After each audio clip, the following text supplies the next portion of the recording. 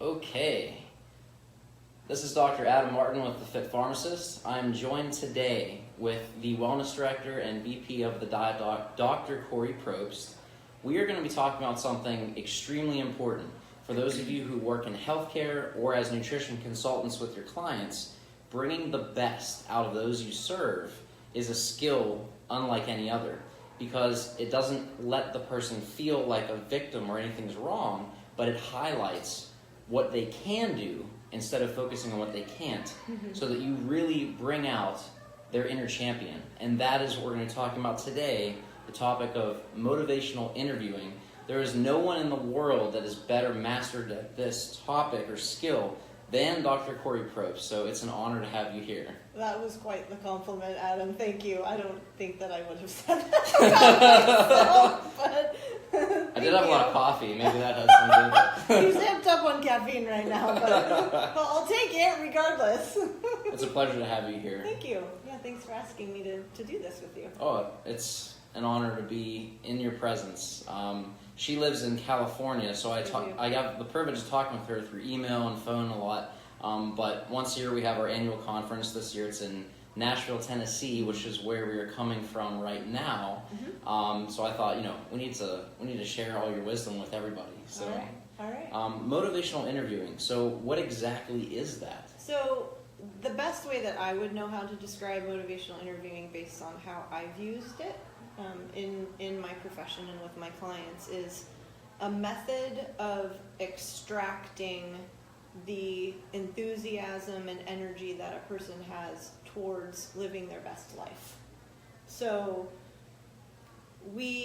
what we do is we learn how to ask the most appropriate questions to, just like you said, you said it in a very articulate way, to tease out the strengths of a person's character, their capacities, their skills, their internal and their external resources, so that we can, as clinicians, really have a sense for where we can go with them. I think that's the best way that I would describe it. It's the asking of very powerful questions that lead them into a place of reflection and discovery. Because a lot of the questions that I hear in interviews or that our patients or our clients are asked by their clinicians they're very closed. They're stunted yes/no questions. Do you smoke? Yes. Do you drink? But I really like what you said there, is you lead them to the answer, the aha reflection, rather than you can do this, go do it now. There's not really an emotion or an empowerment with that. Right. But if you say well, you said this, but can you think about a time when this happened? How did that make you feel?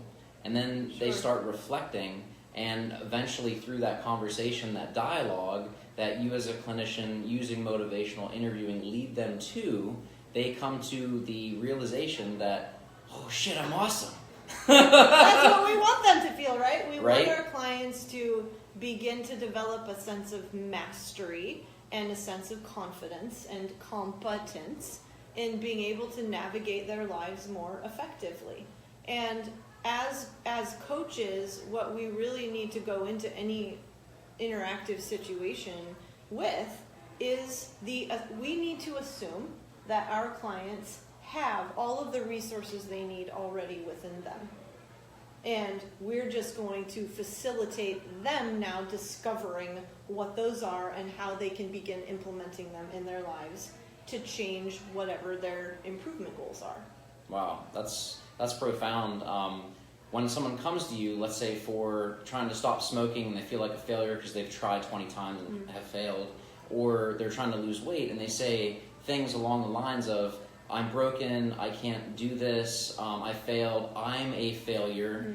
So taking that and making it personal, knowing that no, you actually aren't, and bringing that evidence and that empowerment out. So if someone were to come to you with those feelings, because I know I've seen that a lot, is I am a failure, or I'm not able to do this, or I feel broken. How do you approach people with that deep of a feeling of, this isn't going to work, but here I am anyway. My wife made me come. Well, and I think you kind of answered your own question in that last statement. Isn't that what motivational interviewing is? They're here. Let's pretend you're the client. You're here.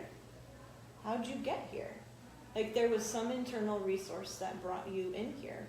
What you're exhibiting for me right now, just by, showing up, is courage. You've tried how many times to quit smoking? And yet you're willing to try again. Resilience. Resilience, persistence, courage. How brave is that? Yeah. That you are in this position, you're putting yourself willingly in this position to be vulnerable again with someone to try. Yeah. That's a fact. So that's a statement that makes them think, because they came in, I can't do this, I failed. Well, you're here, you're already trying again. Despite failure, you're still at it. Oh, that's true. The other piece that you made me kind of think about, because you brought up the person's wife, for example. Like, I'm doing this for my wife. For my kids, for my family. Okay, your family must be really super important to you. Talk to me about what your relationships are like and how this would influence your family. If you tried, let's not even talk about if you actually quit, but just by engaging the process, what can change for you and your family? What example would that be setting for your children? What would you like your children to be thinking of you as a father? What are the messages you'd like to send to them? By engaging in this process. So motivational interviewing really is about moving the client into a place of reflection and discovery, and it's almost like they're taking this big grand adventure. Yes. Yeah, Up because Gander Mountain. because for so long they probably felt very stuck, just like they're spinning their wheels. They have one foot on the gas and one foot on the brake, and they haven't known how to move forward in an open, discovery-oriented way. And so motivational interviewing really helps to facilitate that. So let's say there's someone that is really believing that they can't do it. Mm-hmm. So you guide them to this place, or try to, and you say, well, you're here, right? Yeah, but. Or there's that but. And in any response. How do you approach that? So I tend to be pretty direct. But not in a super aggressive, threatening sort of a way. I may say something to the client and it really would depend on where we are in our relationship too. We have to be cognizant of those dynamics as well, and what level of trust that person has in us. But I may say something like, Adam, can I share something with you? Sure. Okay. As we're talking, and I really value that we can have this open dialogue with each other, it feels to me like every time I offer an idea to you, that your response is followed with a but. And that there's a belief, back here kind of guiding you. It's almost like that belief, that little voice is saying, nope, not this time, not again. You really think you can do that? Does that resonate? Does that sound somewhere close to what you feel is going on for you when I'm, yeah? Yeah. Yeah, because when you say yeah but to me, I feel shut down. I feel closed off. So with that, you're bringing an awareness to their maybe subconscious response. I am. Yes, and the physical bodily response. Because if I'm feeling that, I can assume fairly accurately that person is probably experiencing something similar. Huh. So where do you go from there? Well, I mean, it's a practice then in when you share something that can feel somewhat vulnerable to a person, being okay with having a little bit of silence. So when I say, does that feel somewhat like what you're experiencing? And they may say, yeah, maybe. Well, so tell me what you're experiencing right now. Like, what's happening for you right now? And that person may say, well, I don't know. Like, this is really hard for me.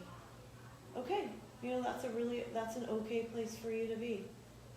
In that hard place. How often do you experience that just sort of sense of stuckness? It really is, I'm not trying to diagnose anything. That's not what motivational interviewing is. No.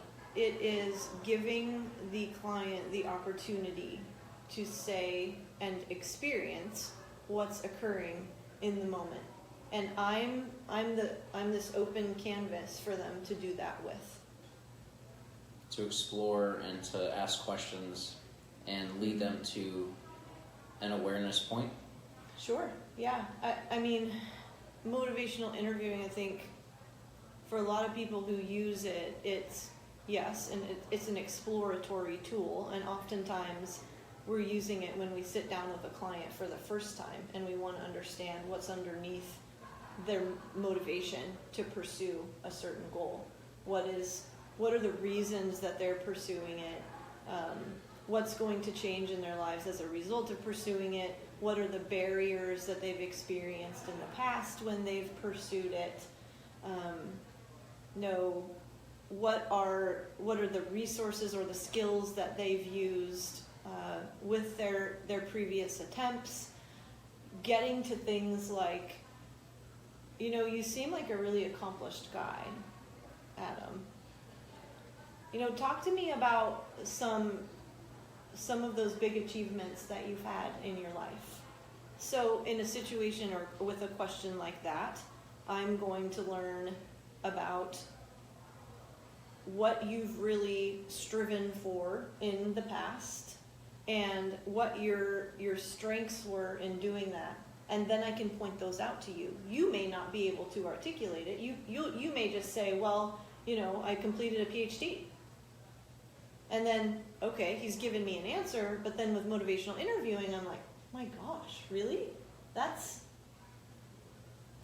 must have taken a lot of work and persistence and consistency. Tell me what that process was like for you. I bet that was really difficult.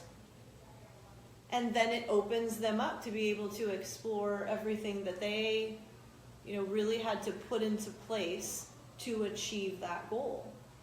Part of motivational interviewing is being able to lift that person up because, like you said, they do come to you often from this place of stuckness and I can'tness and I'm not going to be able to, and from a strong place of negativity. Right.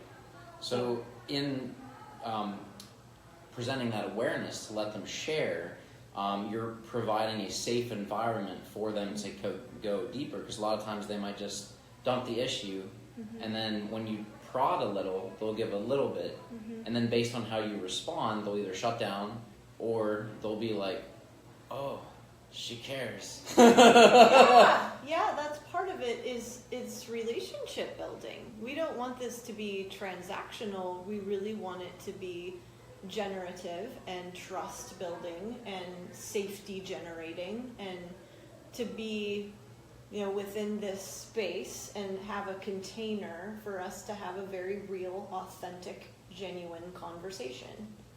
And that's the thing. It's a conversation. It's a back and forth. It's a dialogue. Yeah. Instead of a hey, how are you? Just very black and white. Very black and white, very kind of rote, and yeah. So you have to care and really be in it. It helps. Don't just act like you care. It really works well if you genuinely are a caring human being. Yes. That would be a big important tip. Yeah.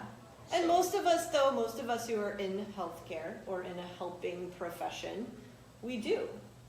You know, we genuinely want to see people succeed and achieve their goals and learn about themselves in the process. And as coaches, you know, part of our job, we talked a lot about this today, part of what we are privileged to do, I will say, is to help people change the way they think and develop a greater level of awareness about what they think and how they think and the approaches that they take in their lives. So many of us we're going through the motions and we're doing the day-to-day, and we think the thoughts we think, but we've never thought about why we think those thoughts, or if they're even valid thoughts or appropriate at this time in our lives compared to 10 years ago, for example, or if they're even serving us. That was a huge point that you made today, and Brittany too, fellow colleague, chimed in that thoughts are just things, they're not beliefs. And you have the power to choose whether to listen to them or not ignore, but just say like, oh yeah, you're there, but you're wrong. Yeah. And then what are we going to look at instead? What are we going to focus on? Exactly. So that's a big thing, is realizing that just because you have a thought that pops in your head doesn't necessarily mean it's a belief or a defining principle about you. It's just that thoughts come and go, I guess, depending on how much caffeine you have or how much pizza you ate. Lots of things can affect it. So we talked a lot about like the intricacies of motivational interviewing and some of the roadblocks.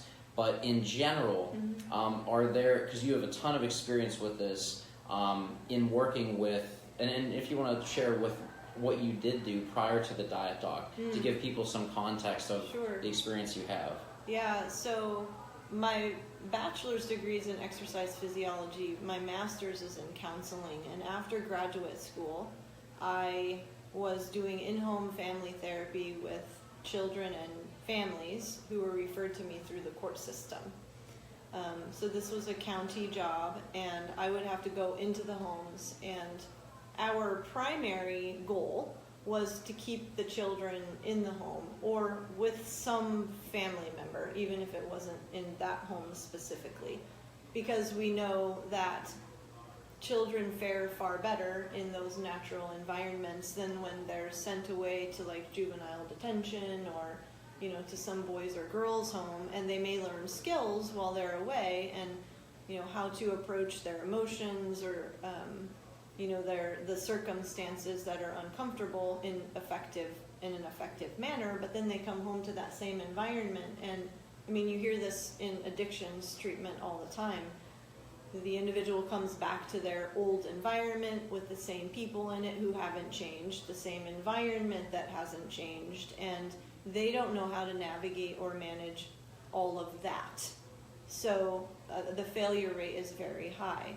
So my job was to go in and help the families and the parents and the caregivers, and it's called multi-systemic therapy because I'm working in the schools, and I'm working with the caseworkers, and I'm working with the coaches if they're involved in, you know, extracurricular activities, and I'm in the courts advocating for these families, and getting them all on the same page and getting them all to a place where they're promoting the development of these different skills and the utilization of their resources in the most effective way, so that when I'm gone and I'm not in their homes anymore, they can function by themselves, and that it's sustainable. That's the big thing, is that they know how to use these skills on their own for the long term, not just here and now for a little bit of time. Not giving them a script, but instilling and bringing those skills that they have so they can replicate those on their own, be independent in managing those emotions. Yeah. Now, with that job that you were in, that's kids with lots of troubles and no support, or inversely, not no support, but negative support. So that's very sad to see, I'm sure. And I believe that counselors that work in that environment, the average life expectancy is about 3 to 6 months. Is that correct? So the turnover rate the word. Yeah, that job was a year, and I did it for 3 years. My point is, she knows what she's doing. Thank you. Yeah, it certainly took a lot of personal reflection in terms of how am I taking care of myself, and am I focused on my own personal recovery in the most effective way to be able to do this as long as I did it. And it took me getting a lot of support from my colleagues and being able to process what I was experiencing. And we had a lot of supervision, and each week we would convene as a therapy team, and we had a supervisor who we would do case consults, and we'd discuss what we were doing, because this was evidence-based treatment, and so we were held to a very high standard in terms of what we were implementing and how we were implementing it within the homes.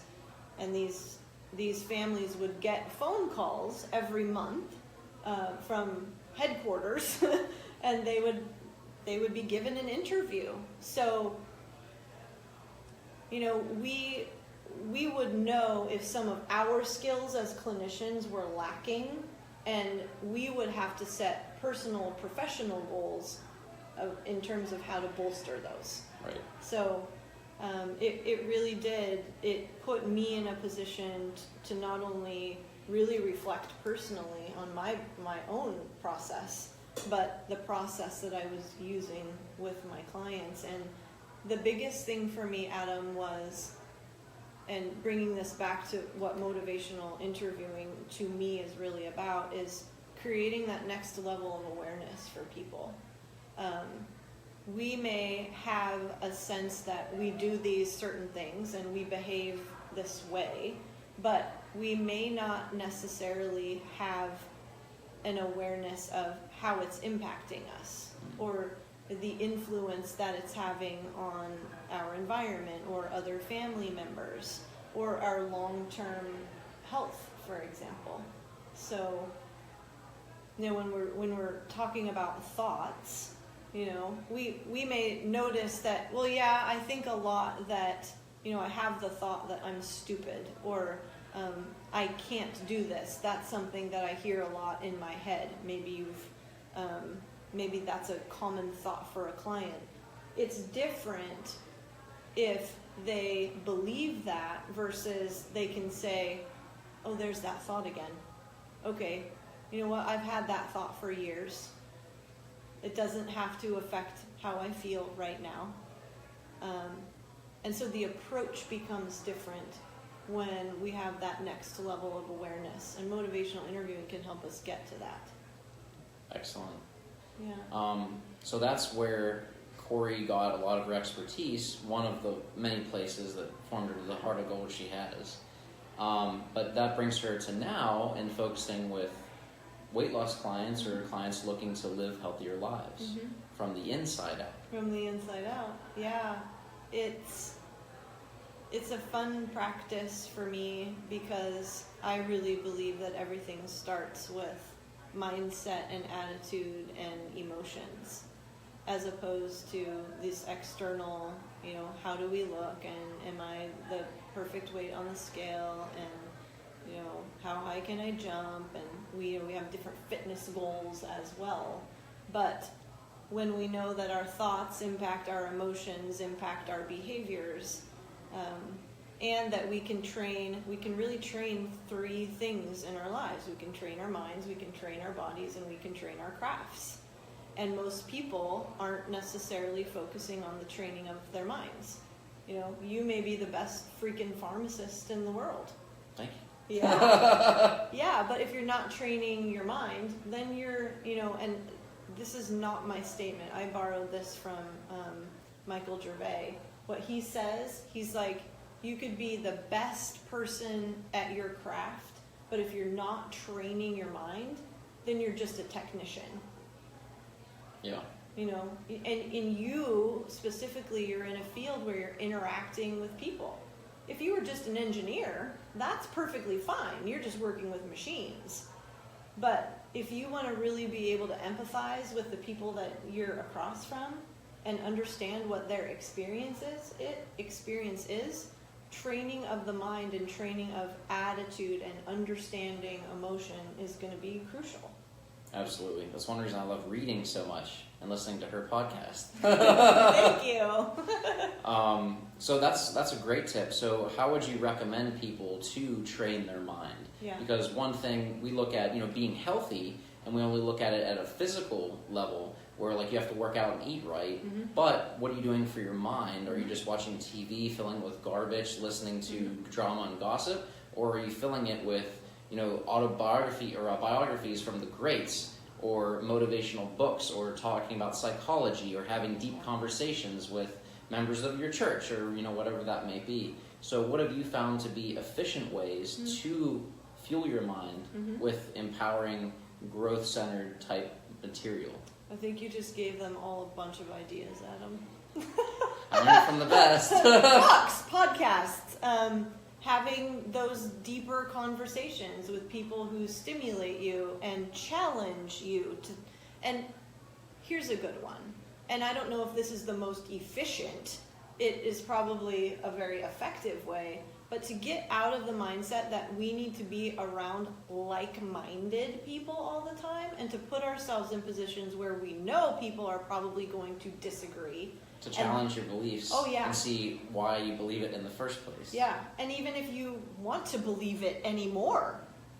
Yeah, so putting ourselves in positions where we're meeting and talking with people who think differently and who have different beliefs and values, and so that we can get different perspectives.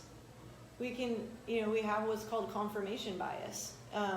We tend to gravitate towards the things that are going to confirm what we already believe and that feel good to what is already feels congruent to us. And so while it can feel uncomfortable at first to do that, to put yourself in that position, we're right now in this conference, in the Diet Doc conference, we're around pretty like-minded people. However, everyone out there is very different in terms of what their life experiences have been and how they've come into the profession of being nutrition and health coaches.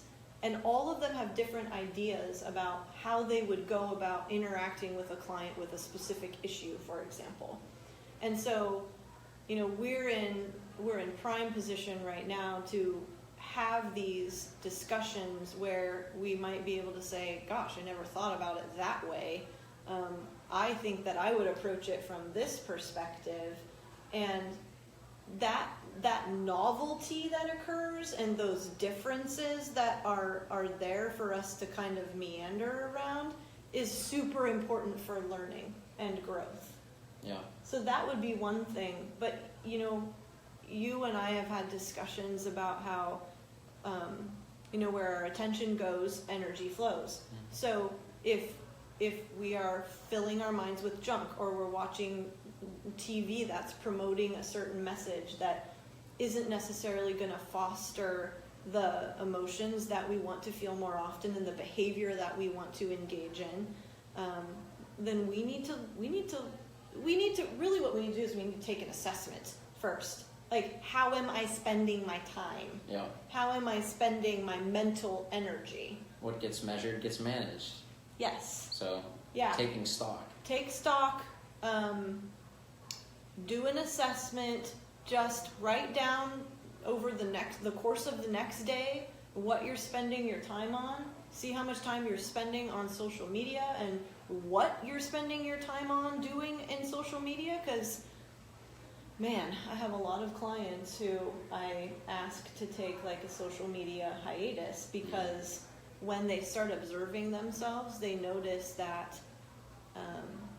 they have almost this immediate like bodily visceral response where they collapse and they start to feel really not confident, and they start comparing themselves to other people, and it just has a really, really negative impact on them. And so once they notice that, then they're like, oh, that's one of those things that, you know what, I am willingly, and now that I recognize it's there, I've been deliberately channeling energy in that direction, and it's not in my service.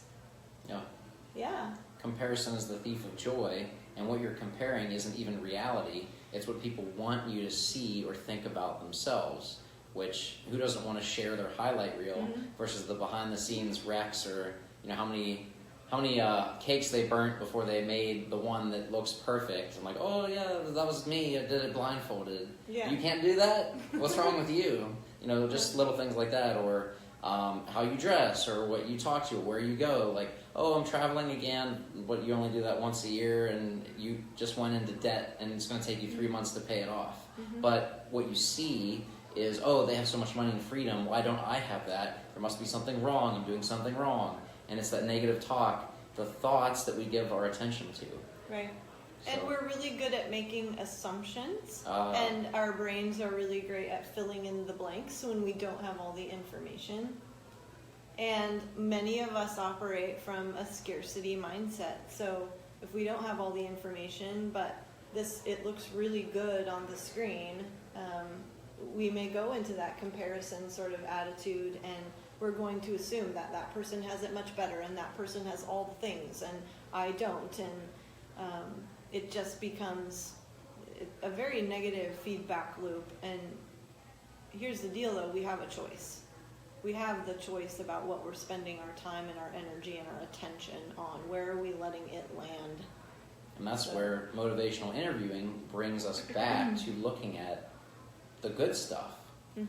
So coming back to that, with motivational interviewing, with all your experience that we talked about through the years, are there any general bullet points or concepts that, let's say someone is going to be meeting with a client for the first time, and they want to do motivational interviewing, or they feel like they can improve or are not confident in their skill in motivational interviewing?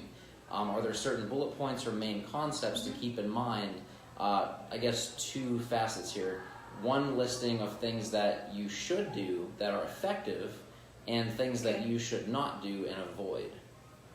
So let's start with the things that would be more effective. And I would start with bolstering your own education about what motivational interviewing is, and learning and having an understanding about the different stages of change that a client will go through on their journey to shifting their behaviors. Some people they are just generating a little bit of interest about maybe taking a step. Okay, they're pre-contemplation. And then now we're in full action phase, okay? But that's not to say that someone in action phase can't go back to contemplating whether that's even what they really want to be doing anymore. And then we have, maintenance. So there's a full spectrum of the stages that a client is going to go through. And with motivational interviewing, if a client is in pre-contemplation mode where they're not ready to take action, that doesn't mean that we can't move them forward. One step. Absolutely. Yeah, so with motivational interviewing, there are certain types of questions that you might ask, or shift the questions around in order to facilitate that person moving a little step closer to taking action, or just to the next phase. And in the case of pre-contemplation, it's some education. Like, I really appreciate you being here today and talking to me about what you might be interested in pursuing. And this is what I'm doing with you guys now. I would pick up the motivational interviewing book, or here's a handout that would be really good for you to read just to get a bit more information about it, since you're considering it. So that's a do. Yep. A don't. Don't yell. Don't yell. Don't say yes, you suck. That will help. You're right. I don't think that you're equipped at all to do this. Here's another do. I have a hard time going to the don'ts. I have to be honest, Adam. Motivational interview. What do you do? We're focusing on building this up. So. Use humor. Use humor in your sessions. That's a do. People really respond well to kind of lightness. And even a person who comes in and is feeling pretty discouraged and downtrodden or distressed about where they're at currently, you providing that safe space, and that it can really be facilitated by smiling and having a little bit of, like joviality within your session together. I support that statement. As a pharmacist, laughter is the best medicine. So there we go. Yeah. Gosh, the don'ts. That's tough. Don't assume you have all the answers. Don't assume you know what the client is experiencing. Assume is a big thing. And that's not just for us as clinicians, but even as clients or patients, if we flip it. That's where we get into the mindset trap problems, is making those assumptions like we were just talking about social media, assuming that they have it all because you see that 0.0001% of their time, but you didn't see all of the others. So don't assume. Yeah, it's one of those thinking errors. It's a thinking trap. In my line of work, it's called a cognitive distortion, and we make other ones too, like labeling things in very black and white terms, overemphasizing certain things and minimizing other things, like making a mountain out of a molehill. Catastrophizing, that's another thinking error. And no, I never do that. No. Right? Denial. There it is. And you'll notice this as you go through interviewing your patients or your clients. You'll notice them very often engaged in those sorts of thinking errors. You'll notice the always, the nevers, the I can'ts, the very negative thinking, and you'll really get a feel for where their barriers are and why they are experiencing what they're experiencing just based on the language that they're using. Extreme words, always, never, things like that. Yeah, absolutely. Sure. Yeah, those are awesome points. I would also just want to reemphasize that going in, like, what your expectations are, because that's huge at defining your own success and meeting with a client, is not expecting them, looking at the trans-theoretical model of change, not expecting them to go from pre-contemplative to maintenance in a session, but to move them one step ahead, to meet them where they are, because maybe they are in the action stage and they're beyond pre-contemplation. But looking at, where are they, what are their goals, what's important to them, and then just meeting them where they are and having that safe space dialogue. That's really, like, what I'm hearing is that's really what it's about, is having that support, that dialogue to allow that process to unfold to an empowering standpoint. Yeah, and I love that word, Adam, that you just used, unfolding.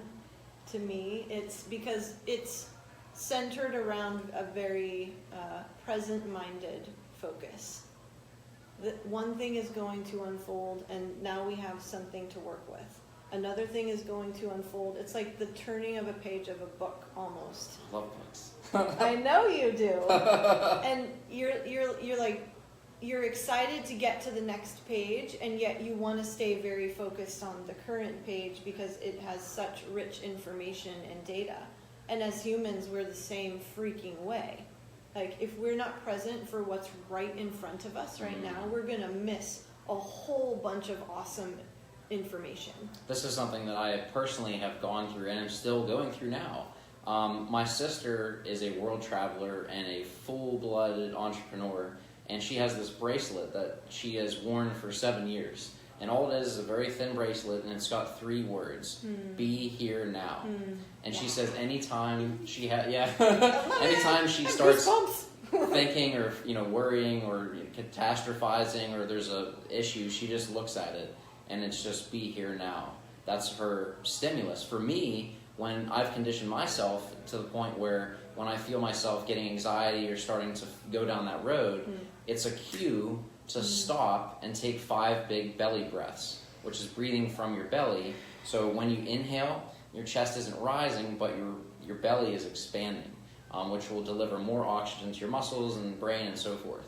But that just helps address the vagus nerve response, to really calm you down and think, what is going on right now, being present. And that's a huge thing that I've struggled with over the years, and I've come to a place of improving. Still got ways to go. But we just had a conversation about this. Yep. Yeah, and it was over email. It wasn't even face to face. But yeah, I think that no matter how practiced we are at coming back to present and coming back to focus and clarity.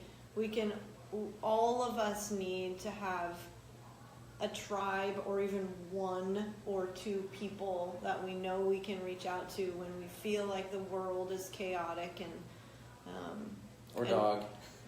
Animal, yeah. I have my cat. I've got Jackson that I consult with, and he's very centering for me.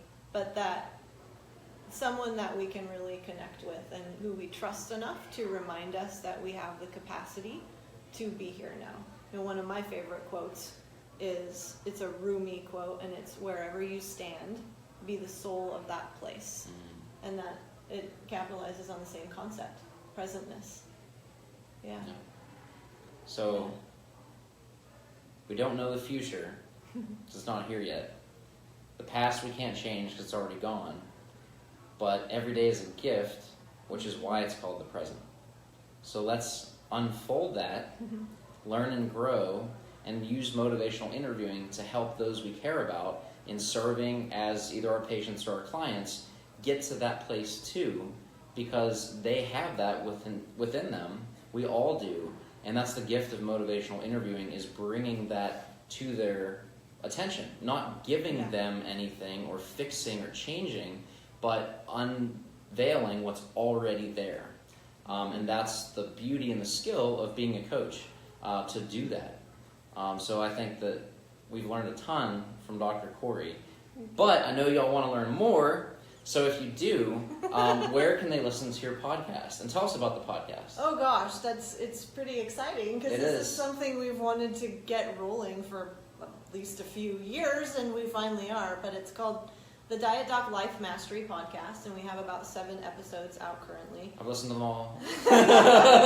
Super fun. This is something we do daily, Monday through Friday, except for we're kind of missing it out right now because we're gone, but we have some different categories that we do, and there's coaching clinic, there's macro mastery, there's motivational mastery, there's science or fiction, and so we really wanted to get kind of a broad spectrum, so that we can really touch the lives of a lot of people. But for those of you who are coaches out there, I think you're going to find them really relevant to your work, and they'll give you ideas that you can apply immediately in your sessions. And so yeah, there's that podcast. So it's in audio. You can find it, the Diet Doc Life Mastery Podcast, on SoundCloud. But we also do it as we film it too. So it's also video, and you can find that on our YouTube channel, The Diet Doc Weight Loss. Or you can go to our blog, and it's there on our website, thedietdoc.com. And my email address, I'd love to hear from you guys. If you want to email me, it's Kori, Kori, @thedietdoc.com. And I know we touched on social media, so if you want to change away from comparison and look instead of empowerment, where can they find you on the gram? On the what? The Instagram. Oh, wow. You can tell I'm not on. I tag her and I get a response in 3 days. That's like a year. The gram. We are the Diet Doc Weight Loss. Yeah, thank you. Gotta plug it. She's getting there, guys. You gotta be patient. Please. I just want to say one more thing. So we've talked about motivational interviewing being great for interviewing other people. Use it on yourselves, guys. Yeah, man. That's what I've been doing. Yeah. I gotta keep working at that. Ask the powerful questions of yourselves. There's so much research that shows that those who wrestle with those very difficult, almost existential, powerful questions are the happiest people. They experience the most meaning in their lives. They experience the most positive emotion in their lives. They have the most robust relationships. Yeah, do it. It's fun. It's a learning experience. And there's no wrong answer, so you can't lose. Tests are done. I'm not going back to that. Well, it was an absolute pleasure. This is Dr. Adam Martin at The Fit Pharmacist, signing off with Dr. Kori Propst of the Diet Doc Corporate in Nashville, Tennessee. It was an absolute pleasure. Thank you, Thank you for Adam. your knowledge and inspiration. Be sure to follow Life Mastery Podcast. Reach out to Kori at Kori, Kori, @thedietdoc.com to reach her through email. She's lightning fast at responding. I don't know how she does it, what she does. And then Because also... I'm not on the gram all the time. She's I'm got me working on there. it. She's got me there, but I sent you a DM about that and you didn't read it yet, so there it is. All right, guys, it was an absolute pleasure. Thank you for tuning in. We will see you next time. Thank